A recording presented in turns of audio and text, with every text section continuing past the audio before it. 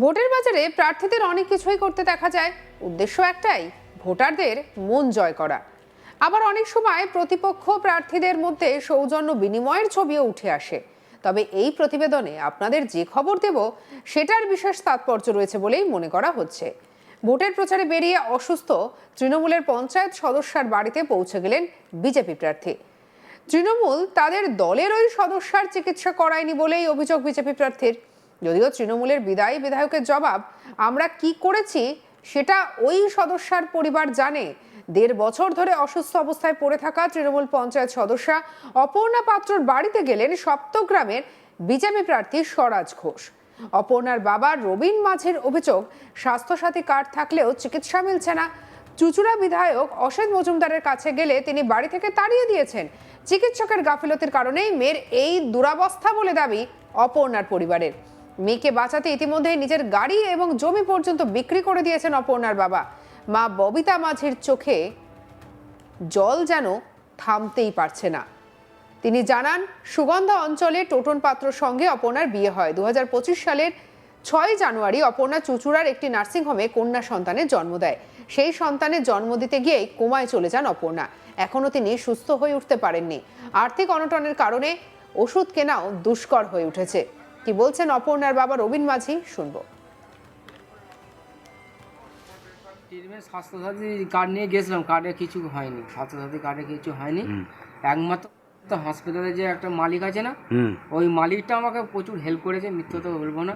ওই ওয়ার্ডটা 2 মাস 2.5 মাস ধরো ভর্তি রেখেছিল, 1 টাকাও নেয়নি। তারপরে আপনি এই ঘটনাটা বিধায়ককে জানিয়েছেন? হ্যাঁ, বিধায়ককে জানিয়েছিলাম, অসিত মজুমদারের কাছে গেছিলাম, অসিত মজুমদার আমাকে তাড়িয়ে দিয়েছে। সাহায্য করিনি? না, কোনো সাহায্য করেনি। কি হয়েছে? খালি আমি একবার ওরা আমাদের দোষ হচ্ছে একটাই, অসিত মজুমদার বলেছিল আগের দিন যে ভাতুরে পাঠিয়ে দিয়েছিল, কোনো কিছু চিকিৎসা হয় না, কোনো ডাক্তারে যাদের নাম্বার দিয়েছিল নাম্বারটা তো ফোন করে না, ফোন ধরেও না, কিছু করে না। আর মেয়েটাকে যায় অবস্থা এখানে একদম পুরো একদম মনে হয় শেষই অবস্থা সেরকম। এখন কি কমায় আছেন নাকি বেডে? কি এখন কমায় আছে, বেডে এখন শোয়া আছে। কোনো চিকিৎসা আমি অভাবে, পয়সার অভাবে আমি দেখাতে পারছি না, মেয়েটাকে আর করতে পারছি না। আমার ঘর বাড়ি অর্ধেক আমি বিক্রি করে দিয়েছি, তাও কিছু। অন্যদিকে ববিতা মাঝি কি বলছেন, শুনবো অপর্ণার মায়ের কথা। এটা তো প্রথম থেকেই মেয়েটা বলছিল যে আমি সিজার হব না মা, এমনি নর্মালেই হব। আমি যে তাই হবো, আমাদের সবাই তো নর্মালেই হলি, তোদের কিছু হয়েছে?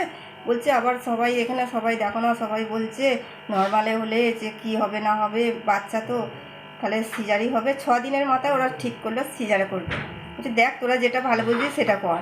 বললাম যে যাবতীয় সিজারে হবে বলে যাবতীয় পরীক্ষা করতে বলেছে, সব করেছে, কোনো জামাই কিন্তু সব করেছে রিপোর্ট।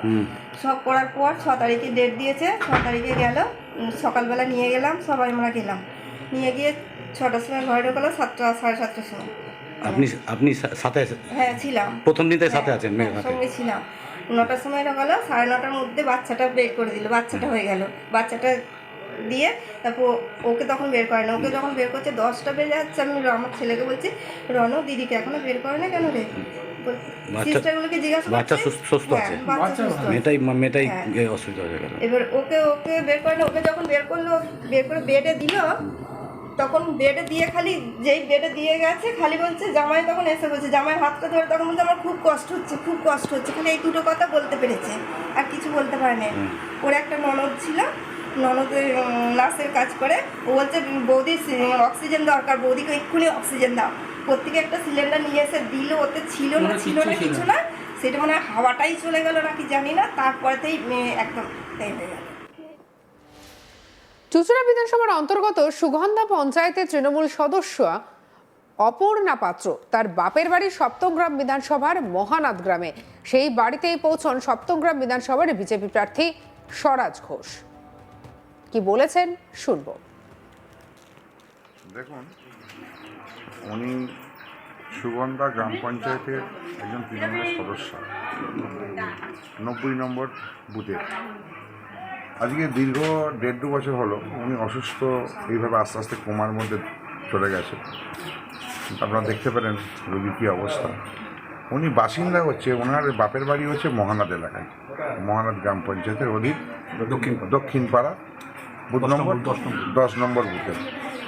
যেহেতু সপ্তগ্রাম বিধানসভার মধ্যে মহারাজ পঞ্চায়েত পড়ছে এবং 10 নম্বর বুথটা আমার মহারাজ গ্রাম পঞ্চায়েতের মধ্যে পড়ছে, আমার নৈতিক কর্তব্য আমি দল পার্টি নির্বিশেষে, কারণ মানুষের যদি কোনো বিপদ হয় সেখানে কোন দল কোন রাজনীতির সঙ্গে সে যুক্ত আমি সেটা দেখতে চাই না। আমি মানুষের পাশে থাকি, মানুষের পাশে সবসময় সহযোগিতা হাত বাড়াই। তাই এটা আমার নৈতিক কর্তব্য যে একজন দীর্ঘদিন ধরে এইভাবে অসুস্থ হয়ে পড়ে আছে। আমায় কালকে রাতে খবর দিয়েছে, এলাকার লোকজন খবর দিয়েছে, সাধারণ মানুষ খবর দিয়েছে এটা এলাকার, যে দাদা এই অবস্থা। আমি তার বাড়িতে নিজে দৌড়ে এসেছি। অন্যদিকে বিদায় তৃণমূল বিধায়ক অসিত মজুমদারের কি বক্তব্য শুনবো। এটা দুঃখের, অত্যন্ত যন্ত্রণার। অপর্ণাকে নিয়ে আমরা অনেক কিছু করেছি, বাট বাকিটার কোনো মিডিয়ায় বলবো না। এই পুরো বিষয়টা নিয়ে আমাদের কলিগ পার্থ রাহার রিপোর্ট দেখাবো। এবার প্রচারে বেরিয়ে সরাসরি তৃণমূল সদস্যের বাড়িতে পৌঁছে গেলেন বিজেপি প্রার্থী, সপ্তগ্রাম বিধানসভার বিজেপি প্রার্থী স্বরাজ ঘোষ। তিনি প্রচার করছিলেন প্রতিদিনের মতন। সকাল থেকে বেরিয়ে তিনি বিভিন্ন মানুষের সাথে জনসংযোগে উপস্থিত ছিলেন। এরপর তিনি পৌঁছে যান সুগন্ধা গ্রাম পঞ্চায়েতের যিনি পঞ্চায়েত সদস্যা অপর্ণা পাত্র তার বাড়িতে। কারণ অপর্ণা পাত্র প্রায় 6 মাস ধরেও তিনি শয্যাশয়ী, বিছানায় সাথে তিনি শয্যাশয়ী রয়েছেন, তিনি উঠতে পারছেন না, খুবই অসুস্থ। তাকেই দেখতে এবার তার বাড়িতে পৌঁছে যান বিজেপি প্রার্থী স্বরাজ ঘোষ। তাকে দেখে বেরিয়ে তিনি বললেন, স্বরাজ ঘোষ যেটা বললেন যে এটা মানবিকতা, এখানে কোনো দলের ব্যাপার নেই, একজন মানুষ অসুস্থ হয়েছেন, তাকে আমরা দেখতে এসেছি এবং তার পরিবারের পাশে থাকার আশ্বাস দিয়েছি। যেটা জানা যাচ্ছে 2025 সালে অপর্ণা দেবী তিনি গর্ভবতী অবস্থায় হাসপাতালে ভর্তি হন এবং তিনি একটি কন্যা সন্তান প্রসব করেন। এরপরই কিন্তু গুরুতর অসুস্থ হয়ে পড়েন তিনি। এরপর হাসপাতালে বেশ কিছুদিন তিনি চিকিৎসাধীন ছিলেন। এরপর তাকে বাড়িতে এনে রাখা হয়েছে এবং বাড়িতে একটা আলাদা বেড করে হাসপাতালের মতনই বানিয়ে তাকে বাড়িতে চিকিৎসা করা হচ্ছে। কিন্তু এখনও কিন্তু শয্যাশায়ী রয়েছেন অপর্ণা দেবী। তার পরিবারের যেটা দাবি, তাদের কাছে স্বাস্থ্যসাথী কার্ড রয়েছে এবং একাধিক জায়গায় তিনি ঘুরেছেন, হাসপাতাল থেকে নার্সিংহোম শুরু করে সমস্ত জায়গায় তিনি ঘুরেছেন, কিন্তু অপর্ণা দেবী এখনও সুস্থ হয়ে ওঠেনি। তার চিকিৎসা চলছে বাড়িতেই। এরই মধ্যে স্বরাজ ঘোষ যিনি বিজেপি প্রার্থী, তিনি পৌঁছান সেই অপর্ণা দেবীর বাপের বাড়িতে। তিনি অপর্ণা দেবীকে দেখেন, তার সাথে কথাবার্তা বলেন এবং তার বাড়ির লোকের সাথে পুরো বিষয় নিয়ে, তার চিকিৎসার পুরো বিষয় নিয়ে খতিয়ে দেখেন এবং আশ্বাস দেন তিনি আগামী দিনে তার পরিবারের পাশে আছেন এবং চিকিৎসায় কীভাবে অপর্ণা দেবীকে আবার সুস্থ করে আনা যায় সেদিকেও তিনি খেয়াল রাখবেন বা নজর দেবেন। এতে তিনি অবশ্য যিনি স্বরাজ ঘোষ তিনি অপর্ণা দেবীকে দেখার পাশাপাশি কিন্তু অভিযোগ তোলেন যে তৃণমূল তার একজন পঞ্চায়েত সদস্য, তিনি এতদিন ধরে অসুস্থ, তার চিকিৎসা করাতে পারছেন না, তাকে দেখভাল করে রাখতে পারছেন না, অথচ তারা রাজ্যকে কীভাবে দেখভাল করে রাখবেন বা গোটা রাজ্যকে কীভাবে মানুষ অসুস্থ হলে চিকিৎসা দেবেন সেই নিয়েও কিন্তু প্রশ্ন তোলেন স্বরাজ ঘোষ। পাল্টা তৃণমূল কংগ্রেসের বিধায়ক অসিত মজুমদার দাবি করেন যে আমরা অপর্ণা দেবীর জন্য অনেক কিছু করেছি, সেটা তার পরিবার জানেন। তাই স্বরাজ ঘোষ কী বলল তাতে আমাদের কোনো কান দেওয়ার বিষয় নেই।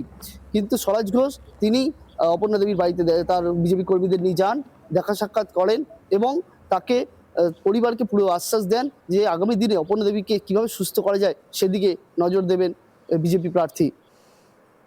সঙ্গে রাখুন আজ তাক বাংলাকে অন্যান্য খবরের জন্য সাবস্ক্রাইব করতে ভুলবেন না।